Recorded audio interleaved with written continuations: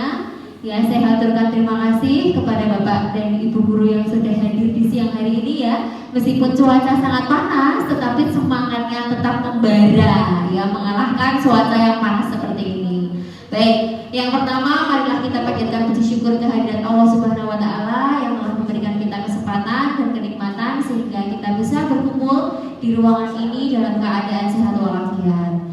Yang selanjutnya, sebelum kita memulai kegiatan pada hari ini, jadi hari ini nanti agendanya adalah pemaparan diseminasi budaya positif yang akan dilakukan oleh CGP Angkatan 9, yaitu Bapak Fajar Kusumajati.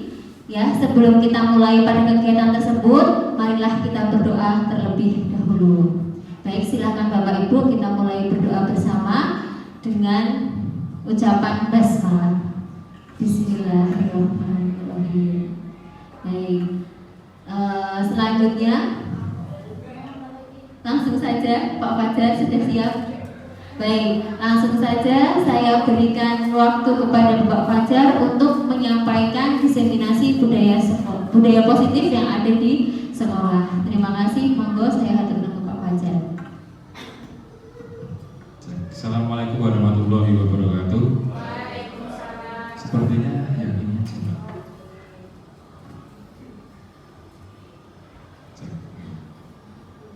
Yang saya hormati Bapak Ibu Guru SMA Negeri 1 Pulandarjo yang telah meluangkan waktunya di hari ini, di hari siang ini. Mohon izin, di sini saya tidak ingin menggurui, di sini saya tidak ingin mengajari panjenengan sedoyo, karena panjenengan semua sudah, saya yakin sudah hebat-hebat semua. Jadi di sini saya hanya meminta bantuan panjenengan semua untuk memenuhi tugas saya. Jadi hari ini saya dan Bu Askina diminta untuk mendiseminasikan tentang budaya positif. Jadi dari modul 1 sampai 4 kami diminta untuk membuat aksi nyata yang direkam paling tidak minimal sejam. Jadi mohon izin, saya di sini hanya memaparkan saja, hanya membagikan saja apa yang sudah kami pelajari di kegiatan guru penggerak di Angkatan 9. Kemudian mohon izin juga dan mohon maaf apabila nanti materinya juga sama dengan yang tadi pagi. Ya, ini saya sampaikan saja, nggak apa-apa, masuk ke rekaman nggak apa-apa. Yang penting memenuhi 1 jam pelajaran, 1 jam 60 menit ya. Ya gitu. Jadi sama diseminasi budaya positif, materinya sama seperti tadi pagi, cuma nanti karena yang menyampaikan berbeda, kemungkinan nanti kesannya juga berbeda. Gitu. Jadi saya mohon untuk Bapak Ibu di sini semuanya mohon izin kalau mengganggu waktu kegiatan panjenengan semua. Oke. Langsung saja tentang diseminasi budaya positif. Ya, perkenalan dulu. Nama saya Fajar Kusumajati, saya dari SMA Negeri 1 Pulandarjo. Saya sebagai calon guru penggerak Angkatan 9 di Kabupaten Klaten. Jadi mohon maaf Bapak Ibu, ini saya menyampaikan perkenalan lagi nggak apa-apa. Awalnya memang saya ikut CGP itu juga atas prakarsa dan motivasi dari Bu Suci. Ya, sebenarnya juga iseng-iseng berhadiah. Dan akhirnya malah saya yang bisa ikut calon guru penggerak sampai hari ini di Angkatan 9. Sebenarnya saya di Angkatan 8 kawan, tapi karena diparkir nggak tahu panjangnya kenapa, akhirnya saya diikutkan di Angkatan 9 berbarengan dengan Ibu Askina Mawadati, gitu ya. Ya. Ini dulu mungkin intermezzo ya, sambil panjenengan bisa menikmati apa yang sudah kami siapkan. Mohon maaf hanya sekedar snack dan air minum, Akbar sangat tekan gitu. Ya, sudah saja. Ya. Coba, oh ya, cekap. Diseminasi budaya positif di SMA Negeri 1 Pulandarjo. Seperti yang tadi pagi tentang pertanyaan pemantik, panjenengan semua nanti akan diminta pendapatnya apakah nanti panjenengan setuju atau tidak setuju.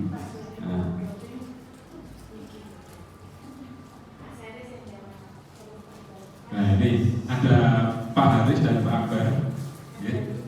Satu, hukuman dapat mendisiplinkan anak. Ini ada poinnya juga ya. Jadi pertanyaan pemakai yang pertama, setuju atau tidak Bapak Ibu Guru? Satu, hukuman dapat mendisiplinkan anak. Pak Akbar, hukuman setuju. Pak Haris setuju. Bu Ira setuju nggak? Mungkin ada yang tidak setuju. Sebenarnya setuju. Gimana? Setuju ya? Apa alasannya Pak Akbar? Kenapa hukuman dapat mendisiplinkan anak? Terima kasih atas waktunya Pak Fajar untuk menjawab. Hukuman memang ya di beberapa kasus memang dapat mendisiplinkan anak, tapi itu juga bergantung pada tingkat kesalahannya seperti apa, bentuk pelanggarannya seperti apa. Kalau hukuman ini saya berpikir dapat mendisiplinkan anak ketika anak tersebut bisa menyadari kesalahannya. Oh, saya dulu karena saya salah. Jadi setelah itu kemudian dari diharapkan anak tersebut bisa tidak mengulangi tindakannya seperti itu. Mungkin dari saya seperti itu. Terima kasih Pak Akbar untuk pendapatnya bahwa hukuman dapat mendisiplinkan anak. Berarti Pak Akbar setuju ya? Oke. Mungkin Pak Haris, hukuman dapat mendisiplinkan anak, silakan. Baik, pertanyaan pemantik hukuman dapat mendisiplinkan anak, saya setuju. Tetapi hukuman yang dimaksud lebih ke apa ya? Namanya kayak konsekuensi apa bagaimana ya namanya? Konsekuensi dari apa yang telah diperbuat. Jadi ada sebab akibat. Jadi intinya dalam hukuman tersebut dapat membuat anak tersebut tidak mengulangi lagi dari kesalahan yang diperbuat atau tidak melanggar aturan-aturan. Dalam hal ini kita di sekolah tidak melanggar peraturan sekolah, tata tertib sekolah, ataupun ketika pelajaran di kelas kepada Bapak Ibu guru mata pelajaran. Jadi lebih ke hukuman yang dapat menimbulkan namanya konsekuensi apa Pak? Konsekuensi dari perbuatan yang dia lakukan agar tidak melakukan kesalahan yang sama, agar tidak terjatuh pada kesalahan yang sama. Ya, terima kasih Pak Haris. Berarti menurut Anda hukuman dengan konsekuensi itu sama? Lebih ke konsekuensinya. Kalau hukuman kan nanti ada yang berdampak negatif juga. Oh, iya. Kalau hukuman yang bisa menimbulkan trauma itu yang sebisa mungkin kita hindari. Betul. Kalau dengan lebih ke konsekuensi Dari perbuatan agar tidak melakukan atau mengulanginya kembali. Oh iya, baik, terima kasih Pak Haris untuk komentarnya. Kemudian yang ketiga kita minta statement atau komentar dari Bu Irna. Monggo Bu Irna, dari guru BK. Kalau menurut saya hukuman itu sebenarnya saya setuju karena memang sekarang ini kan banyak sekali para remaja itu kan melakukan pelanggaran dan mereka itu kadang ketika kita memberikan penjelasan atau mungkin hanya konseling saja itu kan mereka tidak relevan gitu ya Pak ya. Jadi kalau mereka hanya dinasihati terus kan otomatis mereka mengulang-ulang terus kesalahannya. Nah, jadi untuk hukumannya itu kita sesuaikan dengan apa yang sesuai dengan mereka lakukan gitu. Kalau misalnya merokok, nanti hukumannya seperti apa? Itu nanti dari BK sendiri nanti juga ada, ya kan? Dari pihak sekolah juga nanti sudah ditentukan sendiri. Nah, untuk efek jerah itu mungkin tetap nanti ada gitu. Karena memang hukuman itu dimaksudkan agar siswa yang melakukan kesalahan itu bisa ibaratnya bisa memperbaiki sikapnya gitu, bisa memperbaiki kesalahan-kesalahannya sehingga mereka jerah. Ya, intinya kan seperti itu aja. Baik, terima kasih Bu Irna dan terima kasih untuk Pak Akbar dan Pak Haris. Jadi tadi Pak Haris menyampaikan bahwa ada hukuman, ada konsekuensi. Nah ini nanti akan sampai ke situ Pak Haris. Ya.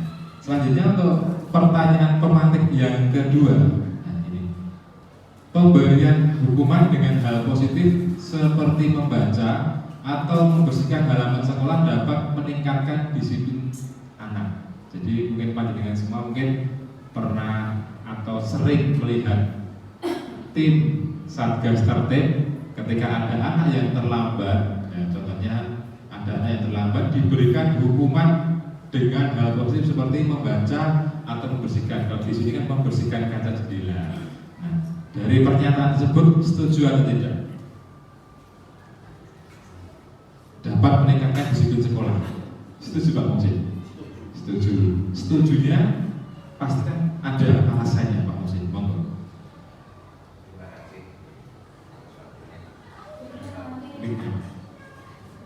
Terima kasih atas waktunya. Yang jelas itu merupakan pembelajaran, bukan suatu hukuman yang bersifat negatif. Jadi mendidik menurut saya. Jadi itu alasannya. Baik, terima kasih. Jadi dari pertanyaan pemantik ini sebenarnya bukan hukuman ya Pak Musin. Jadi lebih tepatnya ke konsekuensi. Ya. Kalau yang tertulis di sini kan hukuman. Ya, itu lebih tepatnya pemberian konsekuensi dan mungkin dari untuk siswa yang telat untuk membersihkan kaca seperti itu. Selanjutnya yang ketiga, memberi penghargaan dapat meningkatkan motivasi belajar anak. Setuju? Memberikan penghargaan, anak diberikan motivasi. Nanti kalau kamu ranking 1, bapak berikan sesuatu. Setuju? Setuju. Lanjut. Yeah.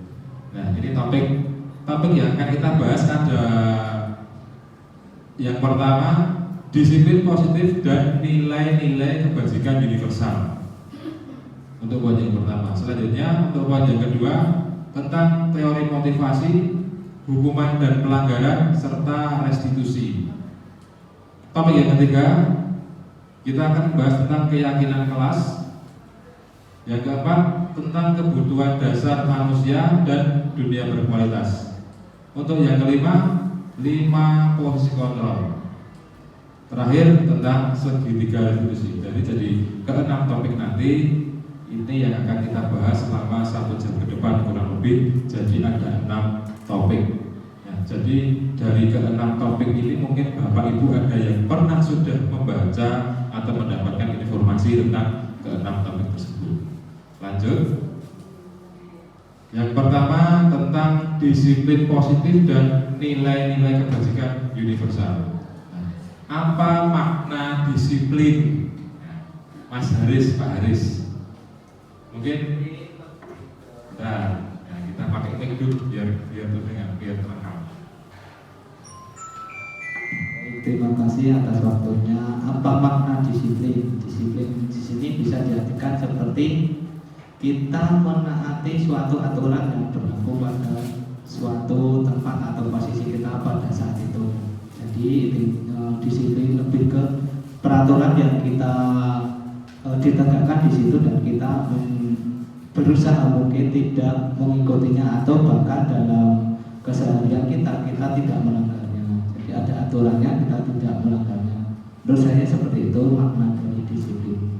Atau lebih ke pembiasaan juga bisa membaca. Pembiasaan yang bisa dilakukan sehari-hari tanpa rasa bosan bahwa itu aturan itu memang ada dan kita harus menaatinya tanpa kita melanggarnya. Itu baru dikatakan disiplin. Mungkin seperti itu Pak Wajar. Terima kasih Pak Aris. Jadi menurut Pak Aris disiplin kebiasaan yang baik ya untuk menaati aturan yang sudah disepakati bersama. Mari kita lihat tentang disiplin. Apa makna disiplin? Ternyata disiplin itu bukan berasal dari bahasa kita. Jadi disiplin itu berasal dari bahasa Latin.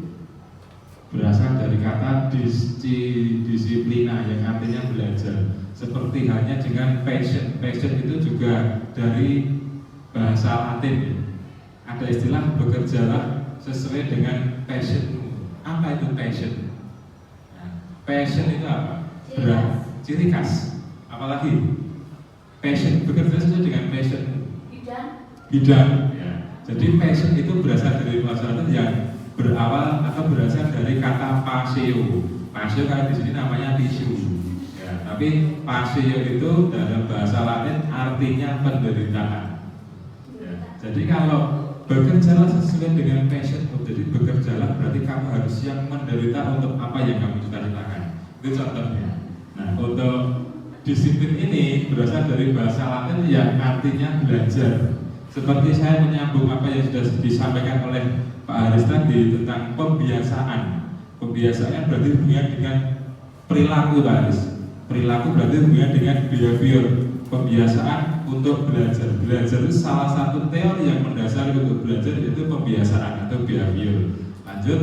Nah, di sini disiplin membuat orang menggali potensinya menuju sebuah tujuan atau apa yang dia hargai. Itu disiplin. Selanjutnya, dalam budaya kita, makna disiplin telah berubah menjadi sesuatu yang dilakukan seorang pada orang lain untuk mendapatkan kepatuhan. Kita pasti juga mengalami Bapak Ibu guru di sini, mungkin saya juga, panjenengan juga, bahwa disiplin itu tujuan utamanya untuk mendapatkan kepatuhan.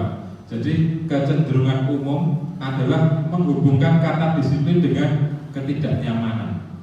Istinya nanti kita akan mendisiplinkan anak. Ya, jadi ketika anak mendapatkan kata-kata atau mendengarkan kata-kata disiplin itu membuat dia merasa tidak nyaman. Bukan dengan apa yang kita hargai atau pencapaian suatu tujuan mulia. Jadi kalau di budaya kita seperti itu. Jadi mendisiplinkan itu lebih menekankan atau untuk mendapatkan kepatuhan. Nah, mungkin saya dan Bapak Ibu guru semua beranggapan bahwa disiplin itu seperti itu, tapi ternyata disiplin itu artinya belajar, membuat orang menggali potensinya. Itu disiplin. Selanjutnya di sini ada nilai-nilai kebajikan universal. Nah, nilai-nilai kebajikan adalah sifat-sifat positif manusia yang merupakan tujuan mulia yang ingin dicapai setiap individu. Nilai-nilai tersebut bersifat universal dan lintas bahasa, suku bangsa, agama maupun latar belakang. Jadi nilai-nilai kebajikan itu sebenarnya juga dimiliki oleh orang lain, oleh tetangga, negara tetangga atau oleh negara yang lain. Nah, ini setiap perilaku perbuatan memiliki suatu tujuan. Itu nilai kebajikan. Jadi nilai kebajikan seperti kasih sayang itu tidak cuma kita yang memiliki nilai itu, tapi dengan di negara yang lain juga memiliki nilai kebajikan itu. Jadi nilai kebajikan itu muncul dari hati nurani yang paling dalam. Kalau saya mengartikan dari nilai kebajikan itu.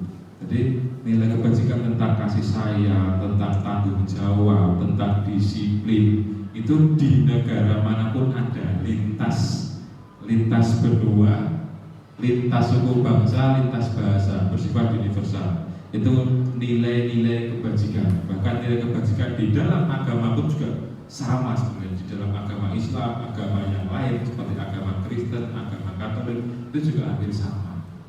Jadi setiap bangsa, setiap orang itu pasti memiliki nilai kebajikan yang sumber asalnya dari dalam hati nurani. Itu.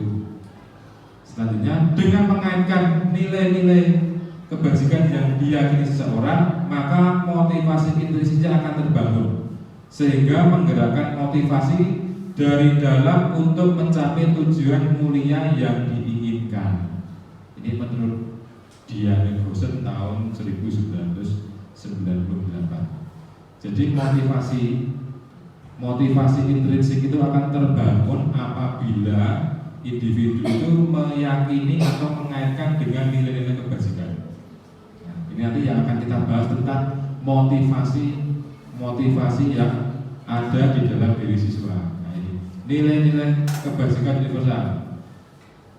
Nilai-nilai kebajikan yang ingin dicapai oleh setiap anak di Indonesia kita kenal dengan profil pelajar Pancasila. Nah, ini memang sudah kita laksanakan selama 2 tahun tentang kurikulum merdeka, yang tujuan dari kurikulum tersebut adalah nanti anak mencapai atau anak mempunyai profil pelajar Pancasila. Kalau dulu ada istilahnya P4, mungkin dulu Bu Haryanti pernah belajar P4, pengamalan apa Bu? P4 gitu waktu Bu Haryanti kecil SD mungkin ya.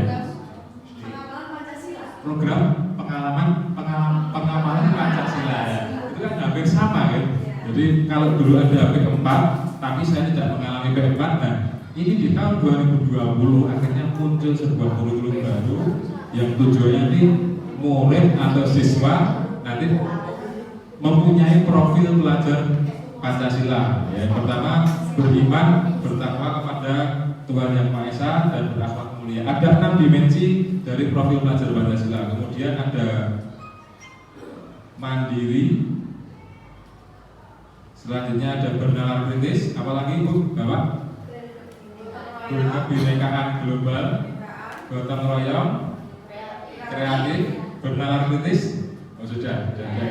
Jadi nilai-nilai kebajikan yang ada di sini di dalam masyarakat ini ingin dicapai oleh setiap anak yang akhirnya nanti anak itu mempunyai profil pelajar Pancasila yang isinya ada 6 dimensi itu. Diharapkan seperti itu. Jadi dalam prosesnya pembelajaran di kurikulum Merdeka nanti tujuan akhirnya anak-anak mempunyai profil pelajar Pancasila. Selanjutnya ini masuk di topik yang kedua tentang teori motivasi, hukum, dan penghargaan serta restitusi. Nah, di sini ada teori motivasi perilaku manusia. Yang pertama, untuk menghindari ketidaknyamanan. Jadi manusia itu berperilaku itu kan harusnya kan ada motivasi atau dorongan dari dalam. Nah, dorongan dari dalam diri. Tapi di dalam perilaku manusia di teori motivasi ini yang pertama untuk menghindari ketidaknyamanan. Jadi anak itu ketika misalnya dia berangkat tertib tidak terlambat, nah, dia mempunyai motivasi agar tidak dihukum. Nah, itu menghindari dari hukuman atau ketidaknyamanan. Berarti itu termasuk motivasi eksternal. Jadi motivasi yang dipengaruhi oleh di luar dirinya. Jadi karena dia tidak ingin dihukum, akhirnya dia berangkat pagi tidak terlambat. Dia masuk kelas dengan tertib, tidak sampai terlambat sampai gurunya sudah masuk dia baru masuk. Jadi dia melakukan itu karena ingin menghindari dari hukuman. Selanjutnya, dua, untuk mendapatkan imbalan dari orang lain. Nah, jadi anak ketika melakukan ya disiplin, tertib itu karena ingin mendapatkan imbalan. Imbalan bisa berupa pujian, bisa berupa reward barang.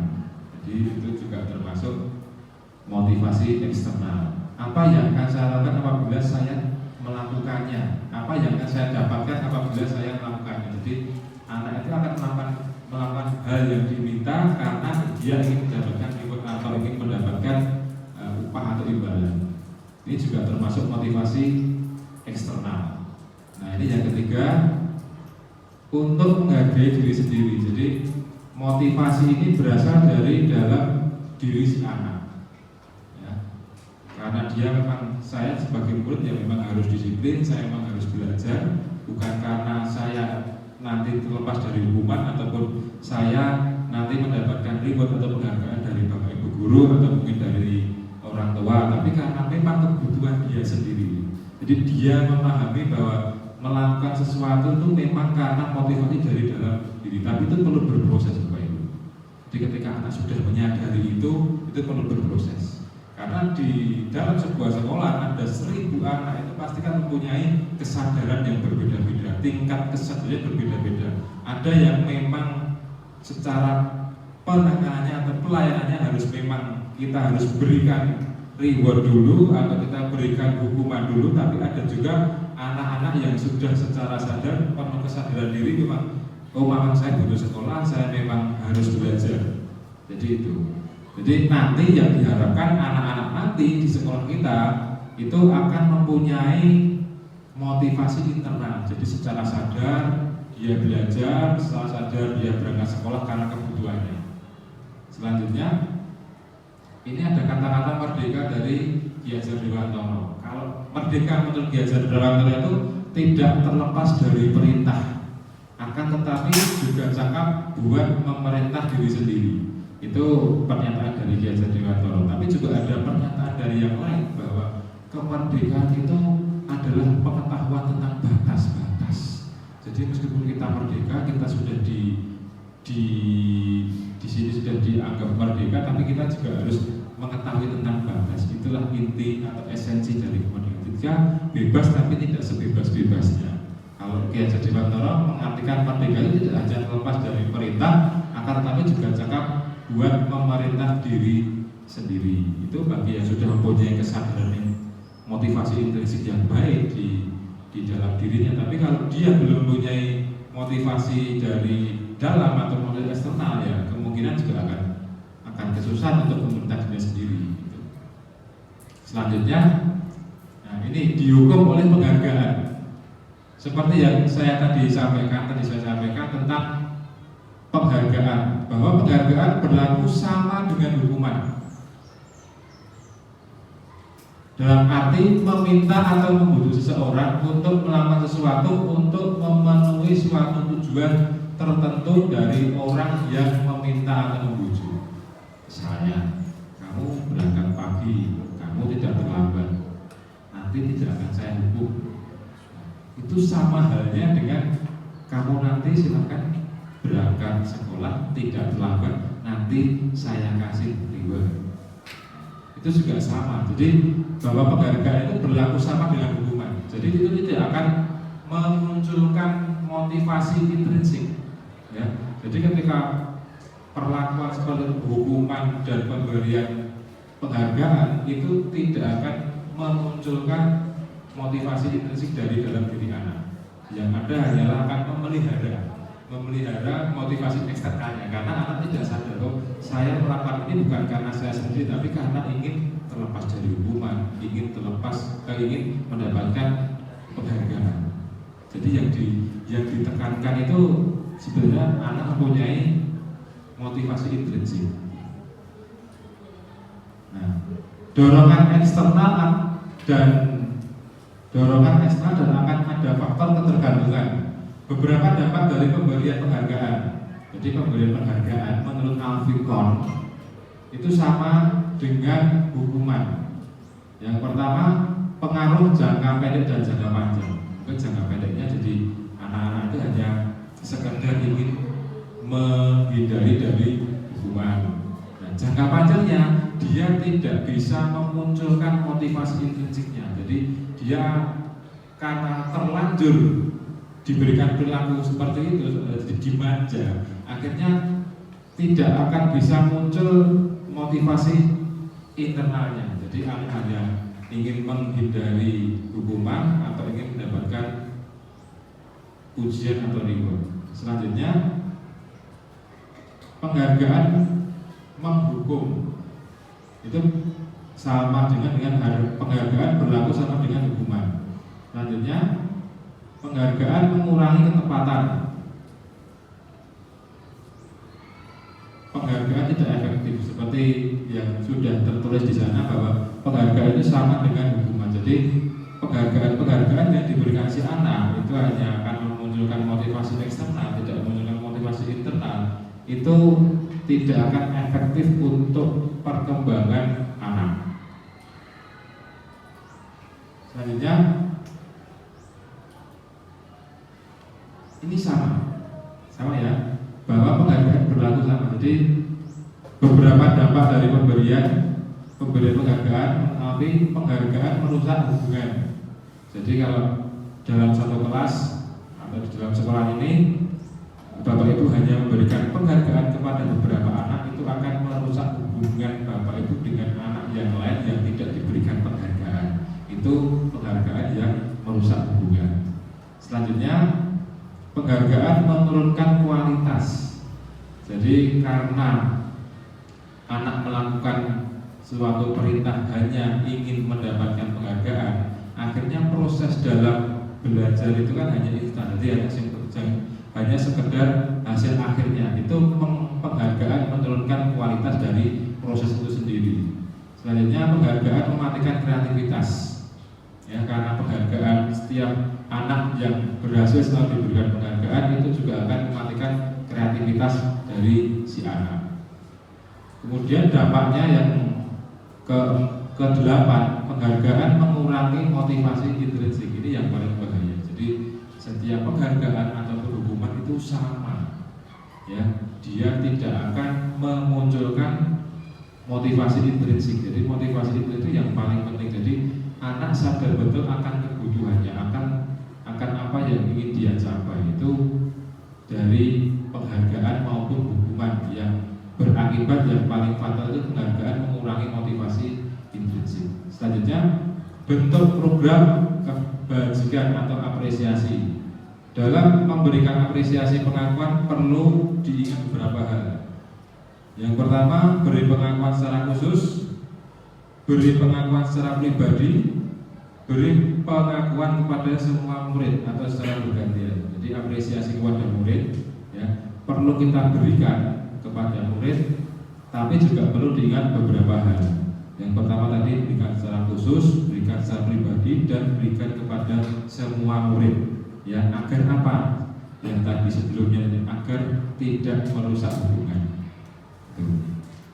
Selanjutnya, beri pengakuan secara konsisten. Jadi kalau memberikan pengakuan atau apresiasi kepada siswa kita, sebaiknya dilakukan secara konsisten. Jangan hanya sekali, besok lagi sudah tidak dilakukan lagi. Jadi memang harus secara konsisten. Ya, fokus pada proses. Nah, sebelum saya lanjutkan ini Bapak Ibu, sepertinya karena jam-jam rawan, ini sudah jam 2 ya. Ya, kita akan ice breathing dulu ya. Silakan. Bapak Ibu, saya persilakan untuk berdiri dulu ya. Ya, nggak ngantuk. Oke. Ya, ini Mbak Asgina silakan geser ke sini, Mbak Asgina. Mas Gusi tetap di situ aja, Mas Haris geser ke sini, banyak Pak Anas. Ya, Pak Husin jadi Pak Husin. Nah, nanti jadi gini, permainnya gini. Nanti akan saya dor. Akan saya dor, sebutkan nama, misalnya dor. Nah, Bu Asgina ngedor yang lain, gitu ya. Paham ya? Ya. Dor. Dor yang lain Pak. Dor.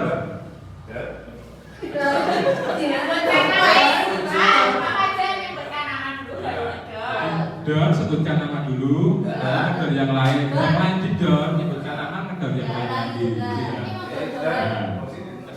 Iya. Dor.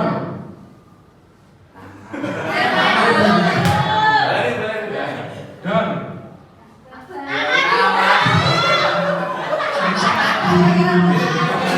Dulu, kemudian dor yang lain. Dor. Akbar. Dor Prakanas.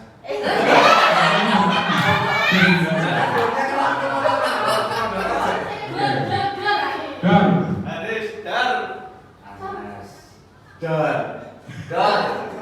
Fajar. Dor. Ari dor. Dor.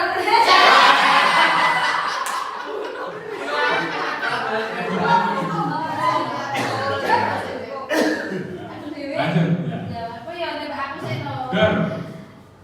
Suci. Dor dor dor. Dibatasi ya. Dor dor dor no. Satu aja lah. Dor. Erna. Dor. Anas. Dor. Ari dor. Musim Dor. Suci dor. Kira dor. Kira dor. Haris Dor. Erna dor. Kira dor. Mafia dor.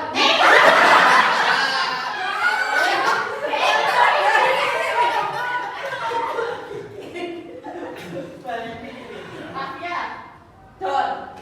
Akbar Dor. Musim Dor. Ari dor. Erna dor. Suci dor. Haris Dor. Kira dor.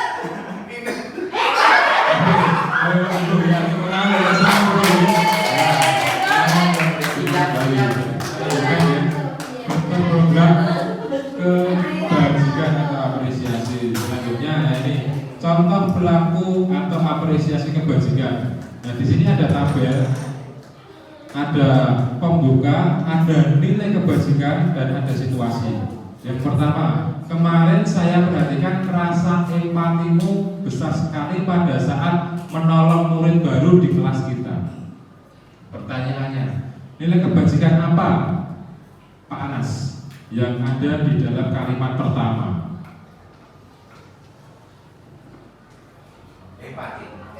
Empati, betul sekali. Itu nilai atau pengakuan atau apresiasi kebajikan. Selanjutnya yang kedua, saya menghargai kepedulianmu pada saat kamu membantu teman-temanmu di tugas kelompok. Nah, nilai kebajikan yang ada di kalimat kedua apa Pak? Peduli. Baik, betul ya? Betul. Ya, selanjutnya, terima kasih untuk rasa tanggung jawabmu pada saat kamu memungut kertas-kertas yang berserakan di lantai. Nah, nilai kebajikan yang ada di kalimat ketiga yang saya bacakan apa Bu Dea? Tanggung jawab atau kebersihan? Kebersihannya kan di situasi ya, berarti tetap nilai kebajikan tanggung jawab. Baik, terima kasih. Selanjutnya, nah ini perbedaan hukuman dan konsekuensi. Kembali lagi dari pernyataan Pak Haris. Pak Haris, nah, ini tadi Pak Haris ya tentang hukuman dan konsekuensi ya Pak Haris. Nah di sini ada beberapa pertanyaan atau pernyataan gitu. Nah nanti kita akan baca satu-satu apakah itu termasuk hukuman atau termasuk konsekuensi. Ini pertanyaan yang menarik tadi tentang hukuman konsekuensi. Yang pertama, mencatat 100 kali di dalam buku dengan kalimat saya tidak akan terlambat lagi karena terlambat ke sekolah. Itu termasuk hukuman atau konsekuensi? Apa Pak Aga? Hukuman. Karena kenapa Pak Aga? Satu arah. Oh iya, baik.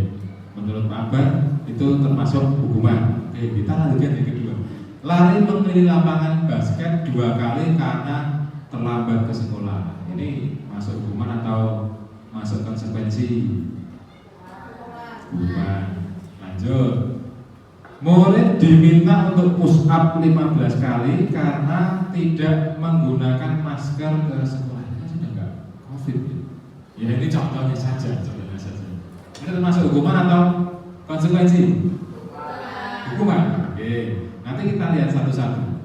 Terus kemudian mengganti kertas tugas teman yang telah dicoret-coret. Ini termasuk hukuman atau konsekuensi, Pak Haris? Konsekuensi. Nah, nanti kita lihat ya. Membersihkan tumpahan air di meja tulis karena tersenggol pada saat belajar. Kenapa? Konsekuensi. Oh, ya. Terus murid disuruh untuk tidak mengenakan sepatu seharian di sekolah karena tidak menggunakan sepatu hitam. Nah ini aturan yang ada di sekolah kan seperti itu kan. Jadi murid disuruh tidak menggunakan sepatu selama seharian karena tidak menggunakan sepatu hitam. Ini masuk hukuman atau konsekuensi? Hukuman.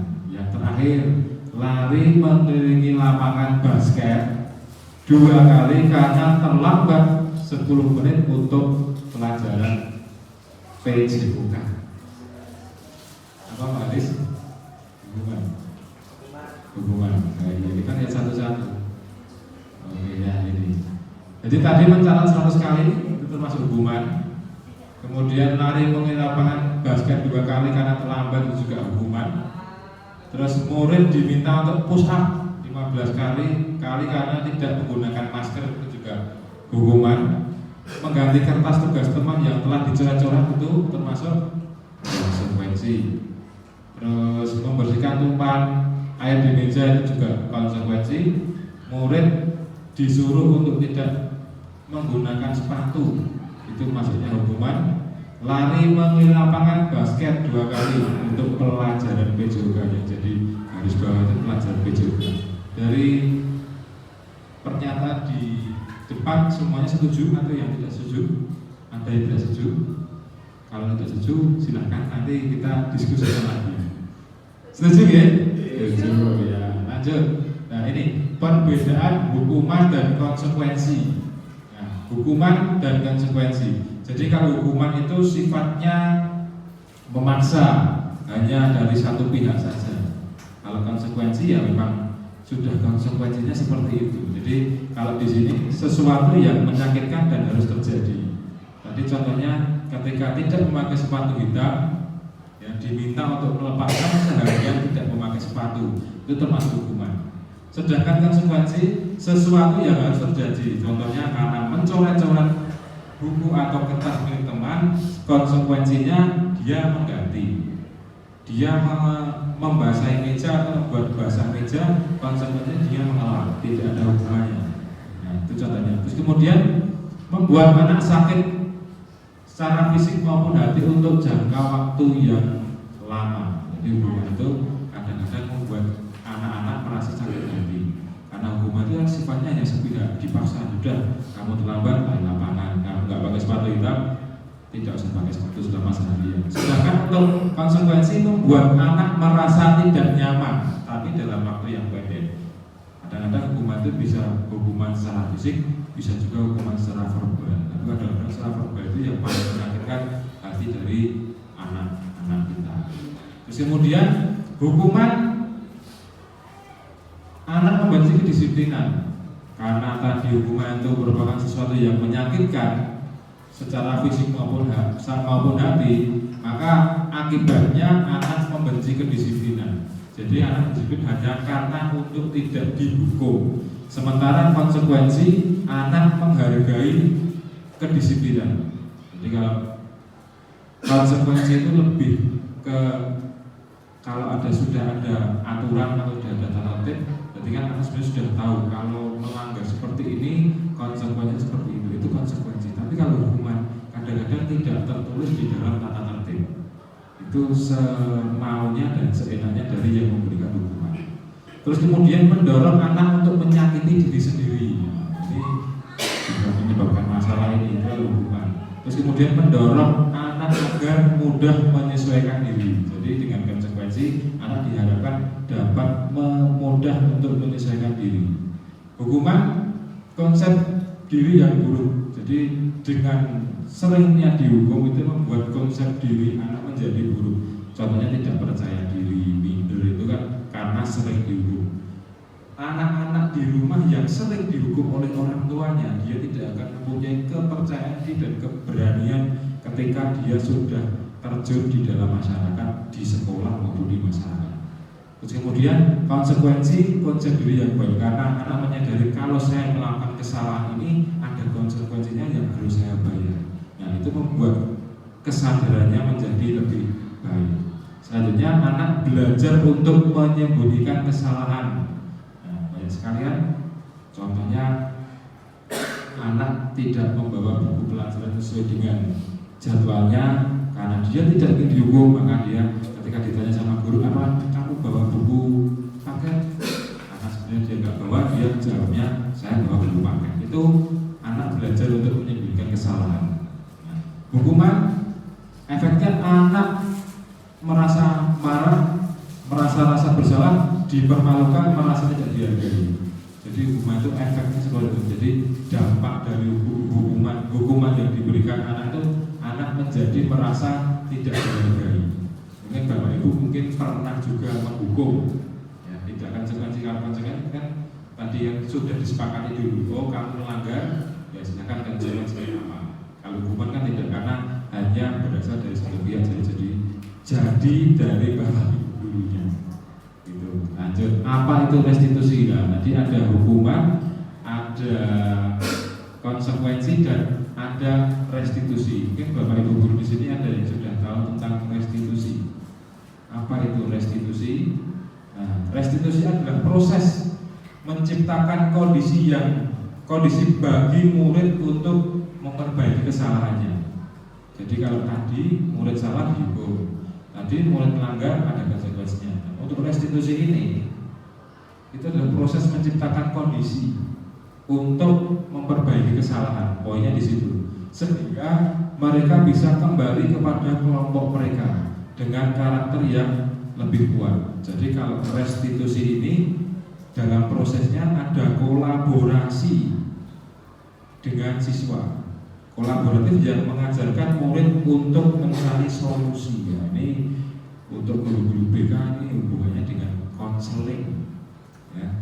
Jadi ketika anak mempunyai masalah kan kita tahu masalah itu dari gejala yang nampak atau simptom. Ya. Jadi ketika anak membuat kesalahan, untuk memperbaiki kesalahan dan untuk mencari solusi itu ada kolaborasi antara guru dengan murid untuk masalah mereka dan membantu murid berpikir tentang orang seperti apa yang mereka ingin menjadi atau tujuan kuliah. Jadi restitusi itu lebih dapat atau lebih bisa memanusiakan murid. Jadi tidak hanya langsung murid dijatuh kamu salah, kamu harus dihukum seperti ini. Oh kamu salah, kamu harus melakukan konsekuensi seperti ini. Tapi kalau restitusi tidak mampu. Jadi restitusi itu memperbaiki kesalahan tapi dengan cara kolaboratif. Anak diajak untuk berbicara. Ya. Kamu salahnya apa? Ya, yang menyebabkan kamu salah itu apa? Terus kemudian untuk memperbaiki kesalahan ini kira-kira jalan keluarnya seperti apa? Itu ya dalam proses untuk mencari solusinya itu dari Bapak Ibu guru ada dialog, ya, ada kolaborasi antara guru dengan murid. Itu inti dari restitusi. Kalau menurut Gosen ya seperti ini. Nah ini perbedaan hukuman, konsekuensi dan restitusi.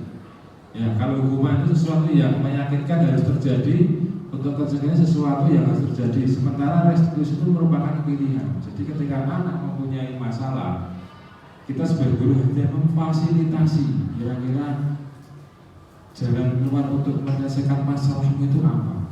Guru hanya menuntun, tidak mendera atau mengarahkan, tapi guru hanya menuntun. Restitusi merupakan pilihan, jadi anak diberikan pilihan-pilihan untuk menyelesaikan atau mencari jalan keluar dari masalahnya. Terus kemudian kalau hukuman itu berarti kan gagal, identitas gagal, tidak nyaman, murid tidak nyaman untuk jangka waktu yang panjang karena nanti karena hukuman itu biasanya dibentak, kemudian dipermalukan di depan umum atau di depan dengan teman-temannya, itu akan mempunyai dampak waktu yang cukup panjang. Kemudian kalau konsekuensi tidak nyaman untuk jangka waktu yang pendek. Sementara restitusi menguatkan untuk murid dalam jangka waktu yang panjang. Jadi ini bisa Bapak Ibu baca tentang hukuman, konsekuensi dan restitusi. Konsekuensi dan restitusi nanti akan menumbuhkan sebuah kedisiplinan. Sifatnya kalau hukuman itu negatif, kalau konsekuensi itu netral, kalau restitusi itu positif. Karena kenapa? Dengan adanya restitusi anak diajar untuk berpikir, bagaimana cara menyelesaikan masalah yang kamu hadapi. Itu sifatnya lebih ke positif. Nah, dari restitusi yang dilakukan akhirnya akan memunculkan sebuah kedisiplinan atau disiplin. Selanjutnya, nah ini ada 9 ciri restitusi. Yang pertama bukan untuk menebus kesalahan, namun untuk belajar dari kesalahan. Jadi restitusi itu yang kita berikan proses perbaikan diri itu bukan untuk menebus kesalahan. Tadi kan kalau hukuman dan konsekuensinya menebus kesalahan. Tapi kalau restitusi untuk belajar dari kesalahan agar besoknya tidak mengulangi kesalahan itu lagi. Dan yang kedua, memperbaiki hubungan. Siswa kalau bersalah dengan guru pasti hubungan juga tidak baik. Ya, secara perasaan pasti tidak baik. Makanya dengan adanya restitusi itu dapat memperbaiki hubungan antara siswa dengan guru. Nah, ini tawaran. Restitusi merupakan tawaran bukan paksaan. Jadi seperti yang disampaikan oleh Ki Hajar Dewantara bahwa tugas guru itu hanyalah menuntun kodrat alam dan kodrat zamannya. Jadi guru itu tidak bisa apa ya istilahnya menuntut, hanya menuntun sesuai dengan kodrat alam dan kodrat zaman. Jadi guru harus menyelesaikan zaman di mana anak itu hidup pada saat itu, dan kodrat alam anak itu kan mempunyai ciri dan karakter masing-masing. Dan tugas kita hanyalah menuntun bukan menuntut. Selanjutnya, restitusi menuntut untuk melihat ke dalam diri. Ya, jadi ketika proses restitusi, anak diberikan kesempatan untuk merefleksikan apa yang sudah dia lakukan dan apa yang akan dia lakukan untuk kedepannya. Itu ciri keempat dari restitusi. Kemudian yang kelima, restitusi mencari kebutuhan dasar yang mendasari tindakan. Kebutuhan dasar apa yang sebenarnya diinginkan oleh siswa itu yang akhirnya kenapa dia melakukan kesalahan? Berarti dia tidak terpenuhi kebutuhan dasarnya, akhirnya dia melakukan pelanggaran atau kesalahan. Kemudian yang keenam, restitusi diri adalah cara yang paling baik. Cara yang paling baik kalau dibandingkan dengan hukuman dan konsekuensi. Dari ketiga itu kalau dibandingkan, restitusilah yang saat ini paling baik. Mungkin besok di waktu yang akan datang mungkin akan muncul lagi sebuah metode atau pendekatan yang lain. Tapi untuk yang sekarang ini mungkin restitusi merupakan cara yang paling baik dari hukuman maupun konsekuensi. Selanjutnya yang ketujuh, restitusi fokus pada karakter bukan tindakan. Jadi proses restitusi itu nanti tujuannya adalah menggali anak, untuk anak memahami dirinya, bagaimana dirinya akan bersikap, bagaimana dirinya akan merencanakan masa depannya. Itu restitusi fokusnya kepada karakternya bukan tindakan. Tapi biasanya kalau karakternya baik, kemungkinan akan berbanding lurus dengan tindakannya. Kalau karakternya mohon maaf tidak baik, kemungkinan akan berbanding lurus dengan tindakan juga yang tidak baik. Saya yang dapat restitusi fokus pada solusi. Seperti hanya di konseling, karena saya juga kebetulan di bimbingan dan konseling. Jadi restitusi itu mungkin salah satu proses yang sudah kami lakukan dalam kegiatan konseling. Jadi tidak berfokus pada masalah, tapi berfokus pada solusinya. Gitu ya. Terus yang ke-9, restitusi mengembalikan murid yang berbuat salah kepada kelompoknya. Jadi mungkin ada siswa yang mengalami masalah, dia tidak diterima di kelompoknya, dengan diberikan restitusi, dengan bantuan restitusi, akhirnya siswa dapat kembali kepada kelompoknya. Nah, terus selanjutnya ada 6 ya, ini masih di poin ketiga tentang keyakinan kelas. Ada 6 topik, ini baru 3 tentang keyakinan kelas. Saya yakin Bapak Ibu sudah membuat sebuah kesepakatan kelas. Sudah ya? Sudah. Kesepakatan kelas dan hal yang disepakati atau hal yang tidak boleh dilanggar oleh anak-anak di dalam kelas, atau mungkin kesepakatan sekolah. Kalau kesepakatan sekolah itu tata tertib sekolah.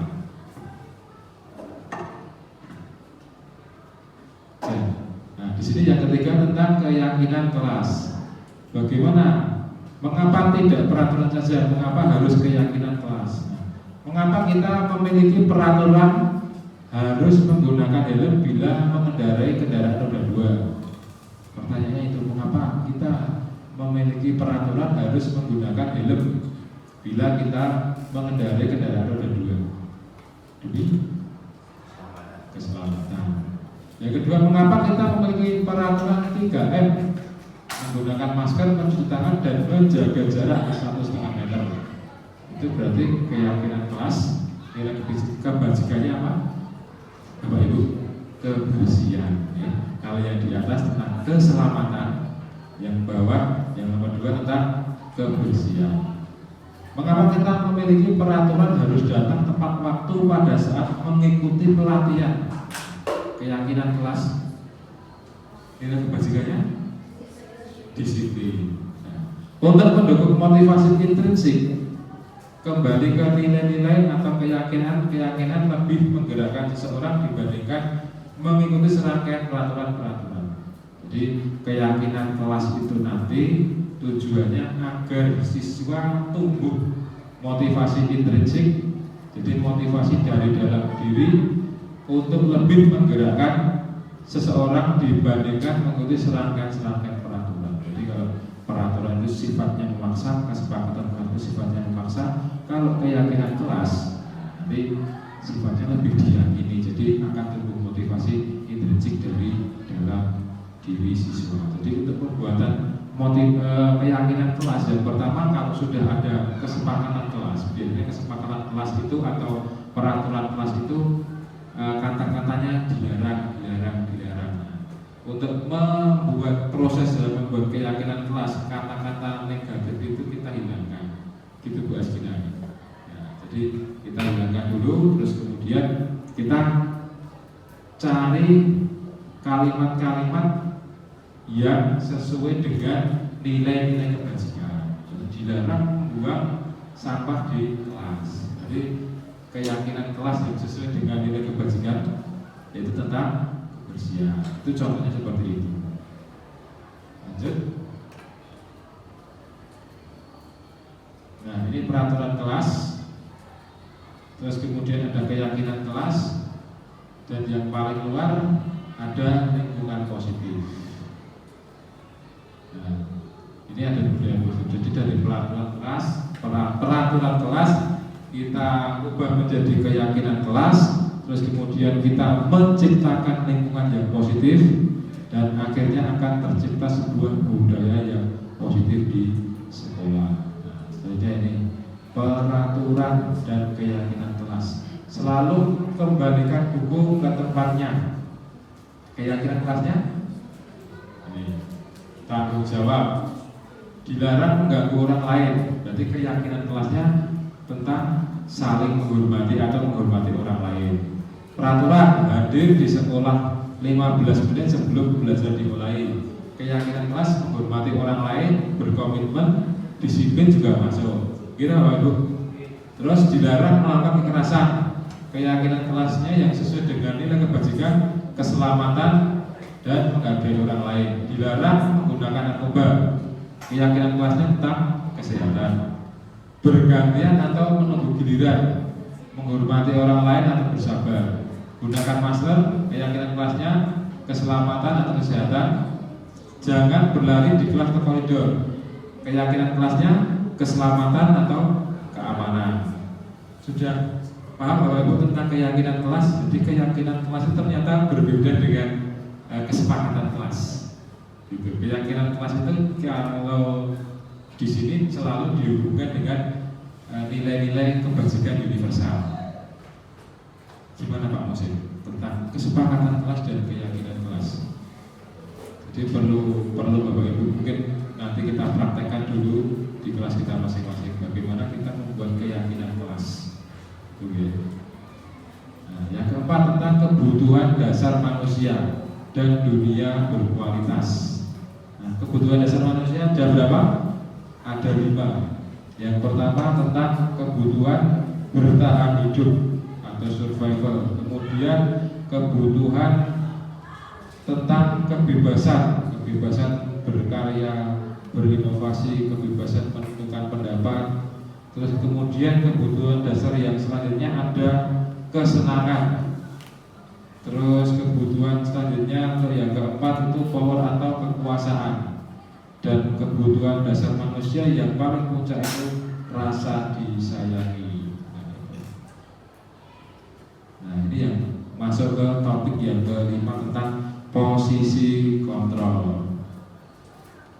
Ini 5 posisi kontrol. Jadi kita sebagai Bapak Ibu guru di sini dalam berinteraksi dengan murid kita seharusnya punya 5 posisi kontrol itu. Tapi kalau di sini dari kelima posisi kontrol, 1 penghukum, 2 pembuat rasa bersalah, 3 posisi teman, 4 pemantau, dan 5 manajer.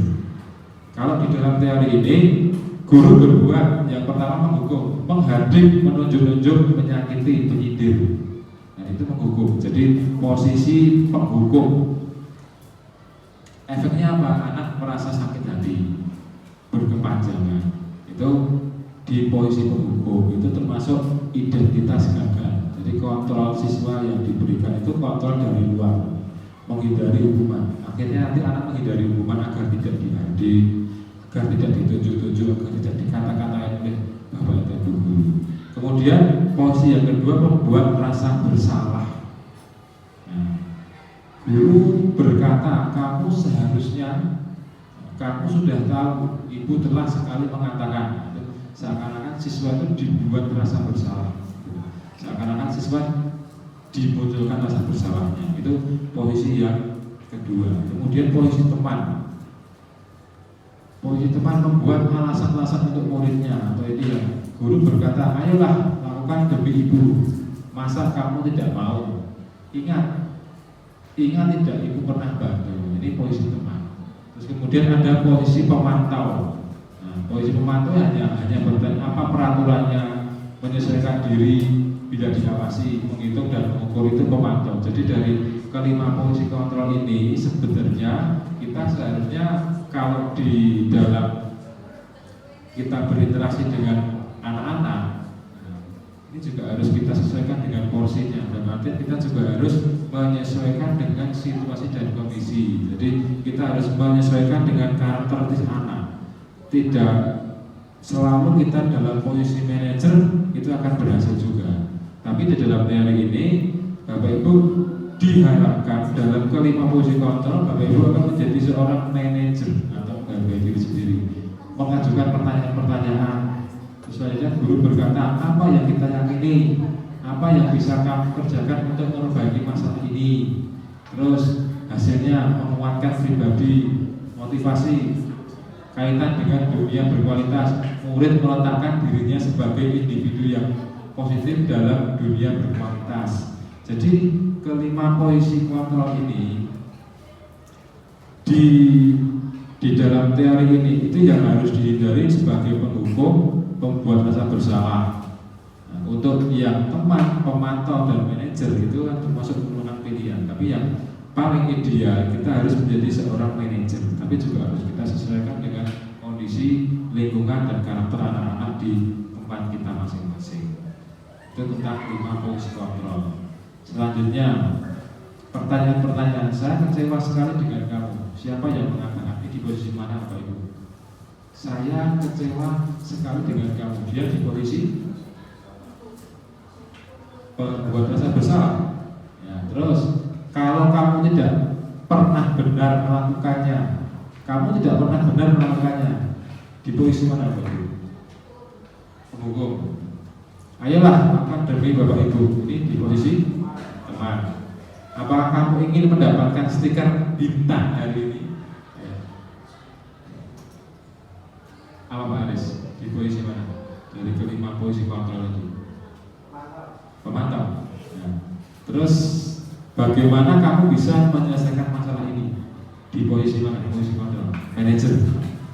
Terus yang terakhir, kamu selalu yang paling terakhir. Kita di posisi mana? Penghukum. Ya. Nah, saya kecewa sekali dengan kamu, membuat orang merasa bersalah. Terus kamu tidak pernah benar melakukannya. Ini penghukum. Posisi ayolah melakukan demi Bapak Ibu. Ini di posisi teman. Apakah kamu mau mendapatkan stiker bintang hari ini? Ini kita berada di posisi pemantau. Bagaimana kamu bisa menyelesaikan masalah ini? Ini masalah di dalam posisi manajer. Kamu selalu yang paling terakhir. Ini juga penghukum. Nah, selanjutnya ini ada segitiga restitusi. Nah, dalam segitiga restitusi tadi kan sudah disampaikan bahwa restitusi itu adalah merupakan proses kolaborasi kita dengan anak untuk mencari atau menyelesaikan masalah. Nah, ini segitiga restitusi itu yang pertama menstabilkan identitas. Nah, contohnya itu setiap orang pasti pernah melakukan kesalahan. Jadi setiap anak yang melakukan kesalahan atau pelanggaran atau hal apapun yang melanggar aturan, itu kita berikan segitiga restitusi. Yang pertama, tahap yang pertama menstabilkan identitas. Ya, mungkin Bapak Ibu ketika ketemu dengan anak yang melanggar, itu tidak apa-apa. Setiap orang itu pasti pernah melakukan kesalahan, gitu ya. Terus mungkin bisa disamakan, kamu bukan satu-satunya yang pernah melakukan ini. Ini menstabilkan. Jadi ketika anak salah itu kita stabilkan dulu. Jangan sampai langsung kita marahi. Itu nanti masuknya ke posisi kontrolnya masuk ke penghukum. Nah, kalau di restitusi, yang pertama kita stabilkan identitasnya dulu, ya, bahwa setiap orang juga pernah mengalami atau pernah melakukan kesalahan. oh iya nggak apa, Bapak Ibu mungkin dulu juga sudah pernah melakukan kesalahan itu kita stabilkan dulu. Nah, kemudian yang kedua, validasi kebutuhan atau kesalahan. Nah, kita validasikan kesalahan apa yang telah kamu perbuat. Itu validasi kebutuhan tertulisnya. Nanti sebenarnya juga ada validasi kebutuhan atau kesalahan. Jadi kita validkan dulu sebenarnya apa yang sudah kamu lakukan sehingga kamu berbuat salah atau kamu melanggar aturan. Nah, kita validkan dulu. Kita pastikan dulu anak itu membuat kesalahan apa. Ya. Nah, setelah anak tersebut menyampaikan, oh saya telah berbuat ini atau oh saya punya kebutuhan ini. Misalnya gini, adakah cara untuk yang lebih baik atau lebih efektif untuk mendapatkan apa yang kamu butuhkan? Terus atau mungkin kamu tentu punya alasan mengapa kamu melakukan itu. Nah, ini validasi kesalahan atau validasi kebutuhan. Jadi kita pastikan dulu alasan si anak melakukan perbuatan itu. Nah, yang terakhir kita menanyakan keyakinan. Setelah kita menstabilkan identitas, kita validasi kebutuhan. Yang terakhir, nilai apa yang kita sepakati atau menanyakan keyakinan.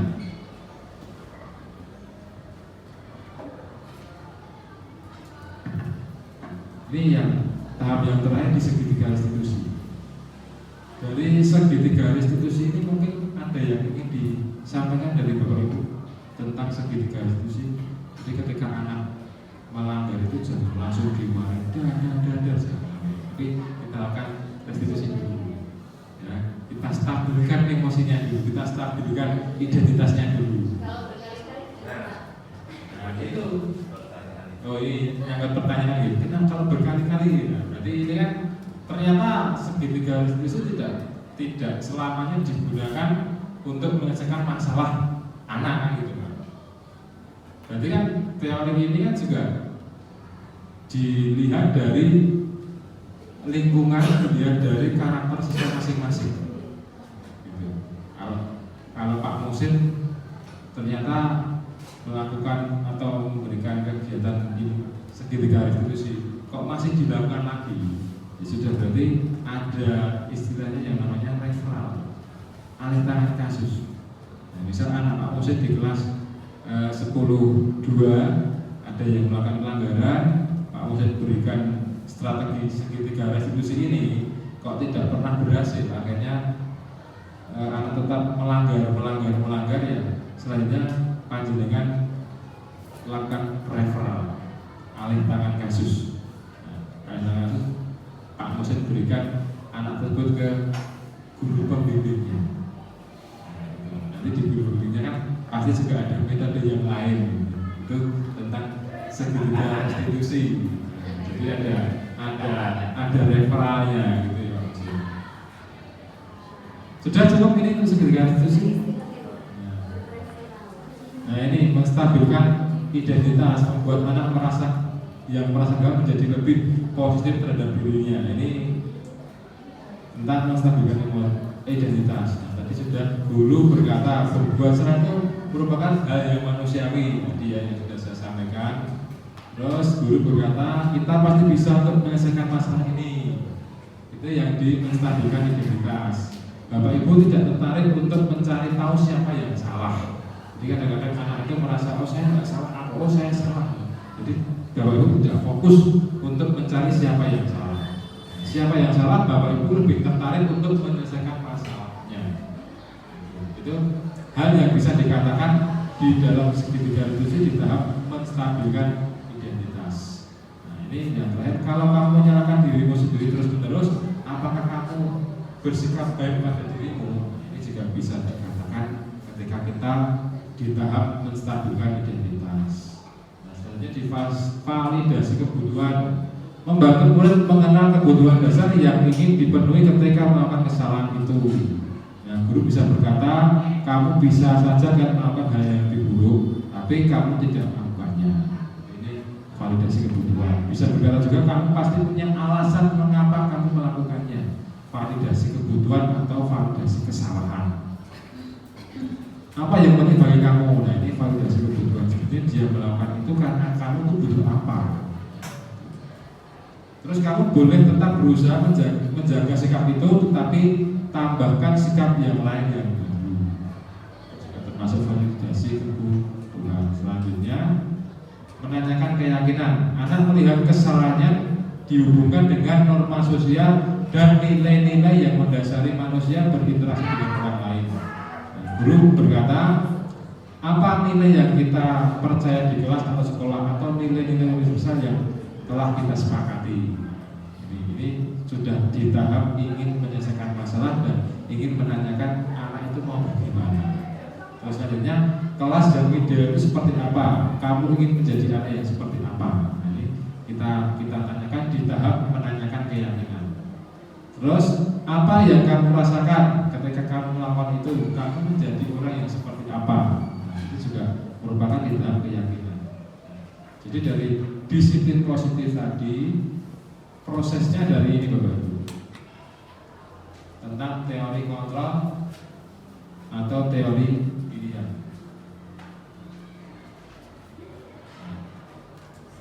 Anda tidak bisa mengontrol orang lain, hanya Anda yang bisa mengontrol orang lain, yang akhirnya diturunkan menjadi makna disiplin. Belajar kontrol diri dengan menggali potensi kita agar tercapai tujuan mulia, yaitu sesuatu yang menjadi seseorang yang kita inginkan berdasarkan nilai-nilai yang kita hargai. Itu makna dari disiplin. Di sini ada semua perilaku memiliki tujuan, ada teori motivasi. Nah, motivasi di sini ada untuk menghindari hukuman, jadi eksternal, motivasi eksternal. Yang kedua, untuk mendapatkan imbalan, itu juga termasuk motivasi eksternal. Terus yang ketiga, untuk menghargai diri sendiri. Nah, itu yang akhirnya dipengaruhi oleh nilai-nilai kebajikan yang dapat kita gunakan untuk membentuk sebuah keyakinan kelas atau keyakinan sekolah. Nah, selanjutnya ada model berpikir, kolaborasi konsensus membentuk pilihan-pilihan baru. Nah, di sini ada 5 posisi kontrol sebagai penghukum, pembuat rasa bersalah, teman, pemantau, dan manajer. Nah, di situ dari 5 posisi kontrol ini ada sertifikat institusi yang akhirnya nanti akan berhubungan dengan 5 dasar kebutuhan manusia.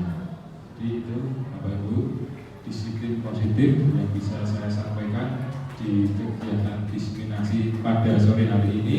Kurang lebihnya saya maaf. Sebelum saya tutup, mungkin ada pertanyaan? Tidak ada? Ya. Ya, sekali lagi saya berterima kasih kepada Bapak Ibu guru semua yang telah membantu saya menyempatkan waktunya untuk memenuhi tugas dari kegiatan guru penggerak ini. Semoga nanti Bapak Ibu mendapatkan berkah dari Allah SWT. Amin.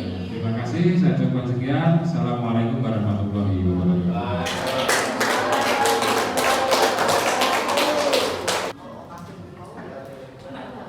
Baik, demikianlah pemaparan ya diskriminasi budaya positif yang ada di sekolah ya, yang nantinya bertujuan semoga bisa diterapkan di sekolah kita sehingga sekolah kita itu memiliki suatu budaya positif yang menciptakan atau menumbuhkan suatu murid-murid yang memiliki profil pelajar Pancasila seperti itu ya.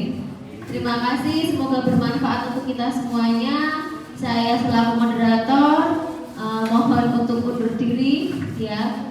Jika ada kekurangan ya mohon dimaklumi, jika ada kesalahan juga, dan atau kalau ada yang lebih-lebih itu semua memang dari Allah Subhanahu wa taala. Baik, terima kasih, saya tutup. Wassalamualaikum warahmatullahi wabarakatuh.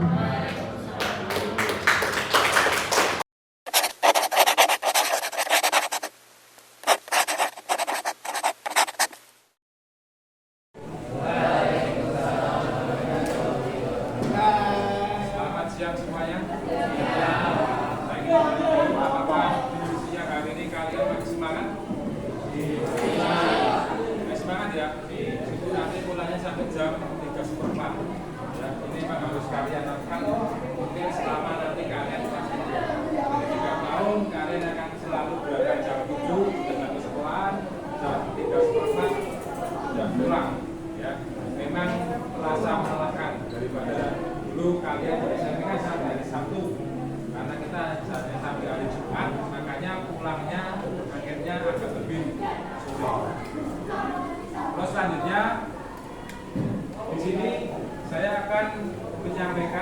kegiatan kita pada siang hari ini, yaitu membuat keyakinan kelas. Ada yang tahu tentang keyakinan kelas? Keyakinan kelas. Jadi keyakinan itu sesuatu hal yang diyakini dari dalam diri kita sendiri dengan secara sadar untuk melakukan hal tersebut atau keyakinan tersebut. Ya. Kalau di kelas 10.1 sudah ada kesepakatan kelas atau belum? Kesepakatan kelas sudah ada. Ada berapa kesepakatan kelas yang kalian ingat? Kesepakatan kelas. Jadi nanti silakan kalian tulis kesepakatan kelas atau aturan kelas yang sudah kalian buat dengan wali kelas kalian, ya, dengan Pak Aris kan sudah tahu kesepakatan kelas apa saja yang kalian sudah buat. Nanti silakan kalian tulis satu-satu saja keyakinan kelas, kesepakatan kelas yang sudah disepakati dengan wali kelas kalian. Nanti saya akan bagikan ini, ya, sticky note. Nanti kalian tulis, kemudian kalian tempel di papan tulis ini. Ya. Setelah kalian menulis kesepakatan kelas, kemudian kita akan menulis keyakinan kelas. Jelas ya? Ini saya bagikan dulu, tolong kalian siapkan alat tulisnya.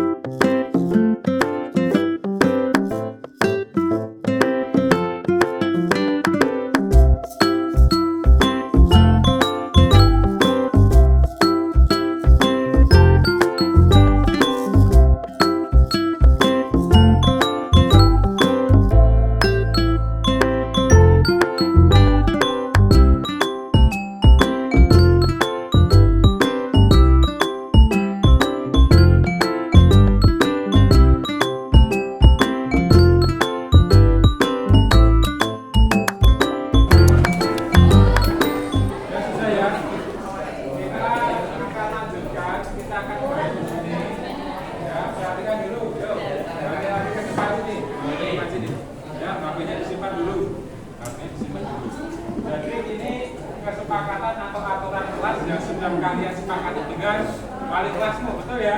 Betul. Nah, dari kesepakatan ini, ya, kita akan ubah menjadi sebuah keyakinan kelas. Jadi keyakinan kelas itu nanti akan mengandung nilai-nilai kebajikan. Ya, contohnya gini, kamu ketika berangkat ke sekolah dengan menggunakan helm, motor, kamu pakai helm, itu nilai kebajikannya apa? Kamu ke sekolah pakai motor dan harus menggunakan helm. Nilai kebajikannya apa? Melindungi kepala. Melindungi kepala berarti keselamatan. Ya, itu contohnya ya. Terus yang kedua, kamu habis pulang sekolah terus kemudian habis pulang sekolah kamu harus mencuci tanganmu dengan bersih dengan sabun untuk makan. Nilai kebajikannya apa? Kebersihan, kesehatan. Nah, nanti akan kita susun sebuah keyakinan kelas yang mengandung nilai-nilai kebajikan. Ya, kita akan bahas ini dulu. Yang pertama, menggunakan seragam sesuai dengan ketentuan. Sepakat ya, ini ada kesepakatan ya. Betul ya, ada ya. Terus di sini setelah makan olahraga wajib mengganti baju sesuai dengan hari. Sama nggak? Sama nggak dengan yang saya sebutkan? Menggunakan seragam sesuai dengan ketentuan. Sama ya. Ya, kita jadikan satu. Terus kemudian ini yang ketiga, menggunakan seragam sesuai dengan ketentuan juga sama. Terus kemudian dan hampir sama.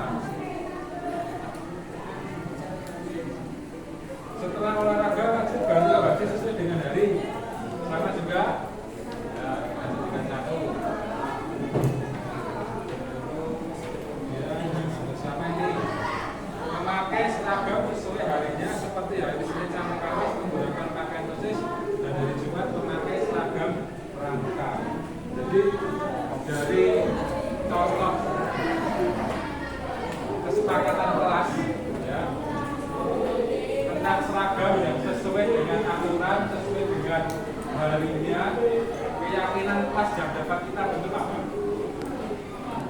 Seragam harus sesuai dengan aturan, ketentuan. Nilai kebajikannya apa? Tertib Pak. Tertib ya. Nilai kebajikannya tentang ketertiban, jadi tertib. Terus selanjutnya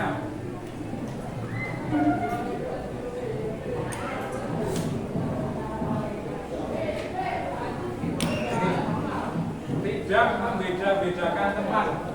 Ada yang tulis ini tidak membeda-bedakan teman. Pegangin gini. Ya, ada yang tulis ya tadi ya. Ini disepakati, sudah disepakati tidak membeda-bedakan teman. Disepakati. Ya kita cari yang hampir sama. Nah ini menghormati, menghargai.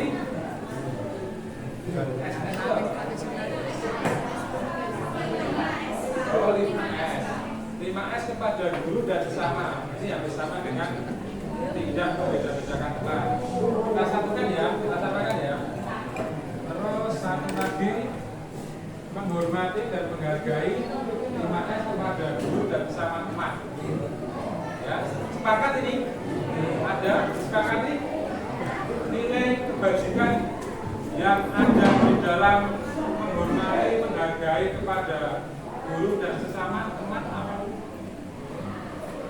Nilai kebajikannya apa? Menghargai. Sopan.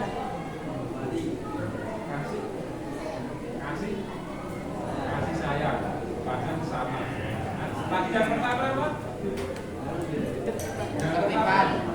Disiplin. Yang kedua, kasih sayang. Dan kita cari lagi. Ini sama.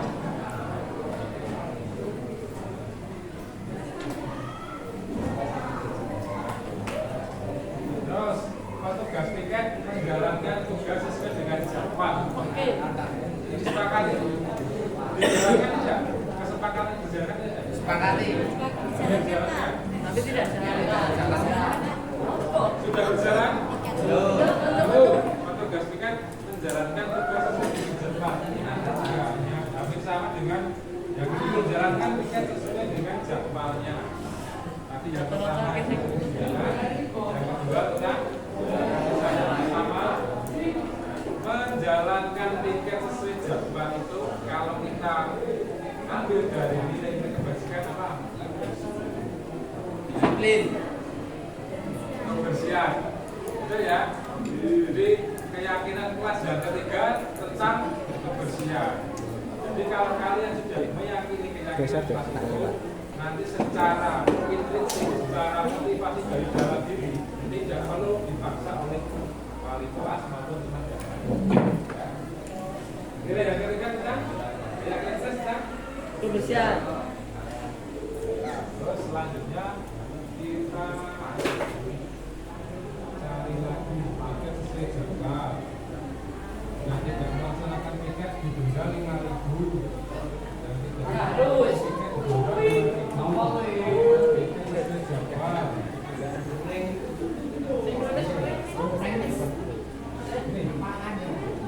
Ya, tidak melaksanakan piket denda 5.000. Sudah dilaksanakan? Belum. Berarti uang kasnya banyak ya? Banyak. Atau malah ngasih laksanakan juga? Pak. Gue camping. Berarti melaksanakan tiket Kali.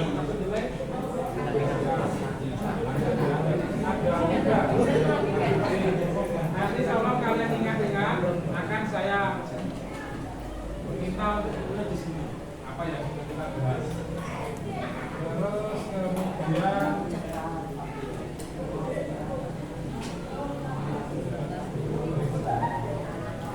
bermain HP.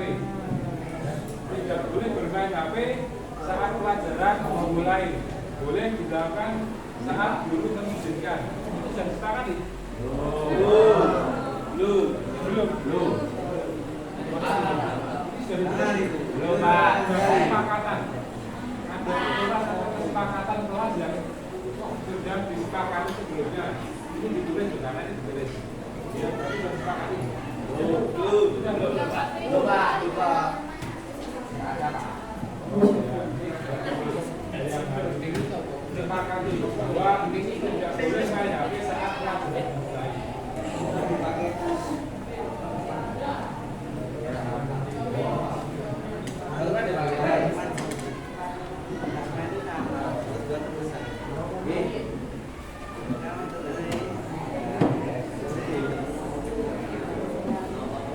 Tidak boleh bermain HP, ini perlu kita sepakati.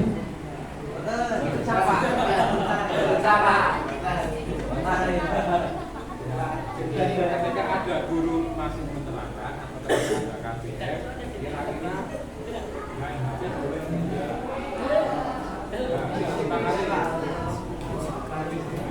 Kalau kalian waktu KPM ada guru sudah menerangkan atau belum diizinkan, sebaiknya main HP-nya tidak, main HP tidak.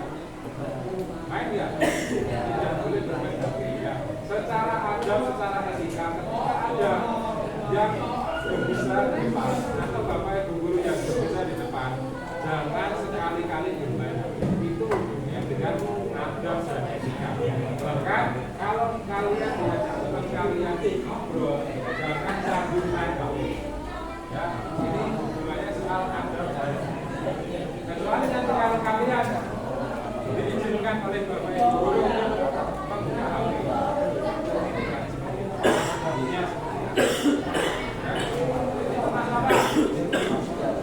Tidak boleh bermain HP saat pelajaran. Nilai kebajikan apa yang ada di dalam pernyataan ini? Saling menghormati. Ya, kita sepakati ya. Jadi keyakinan kelas itu tidak perlu banyak-banyak, hanya beberapa saja. Yang penting kalian yakini dan kalian jalankan tanpa paksaan. Ya, dari beberapa yang sudah kita bahas tadi, silahkan kalian tulis di sini ada berapa nilai kebajikan yang akan kita gunakan sebagai keyakinan kelas. Ya, tadi sudah dibahas ada beberapa kan. Ya, nanti kalian tanya lagi di sini.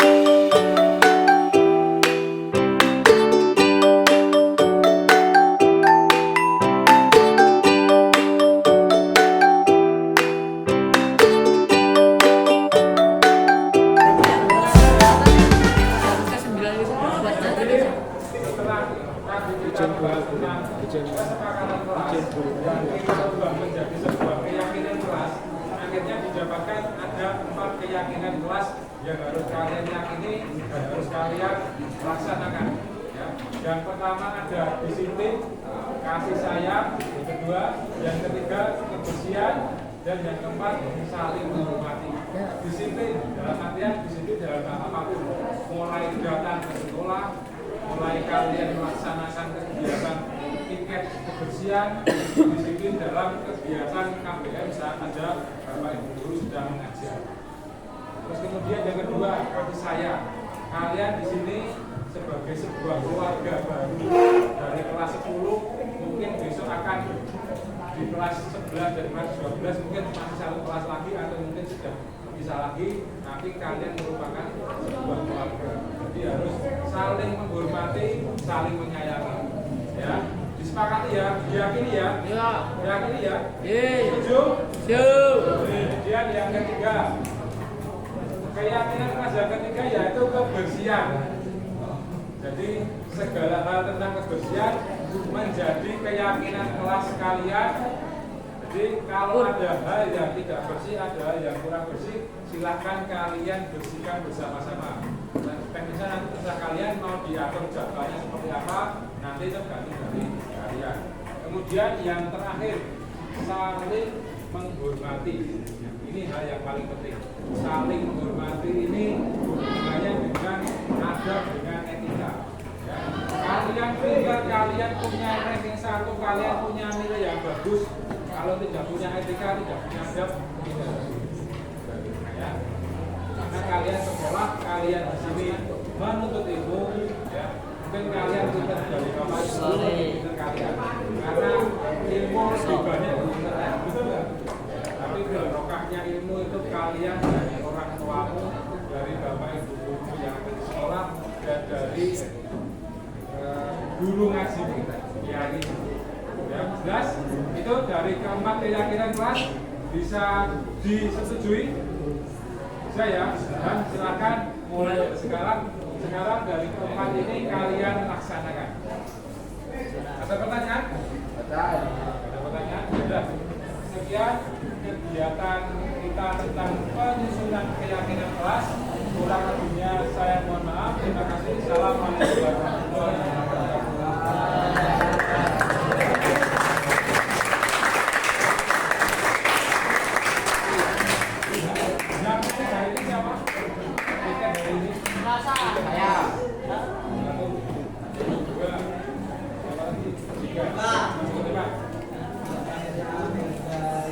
Barul,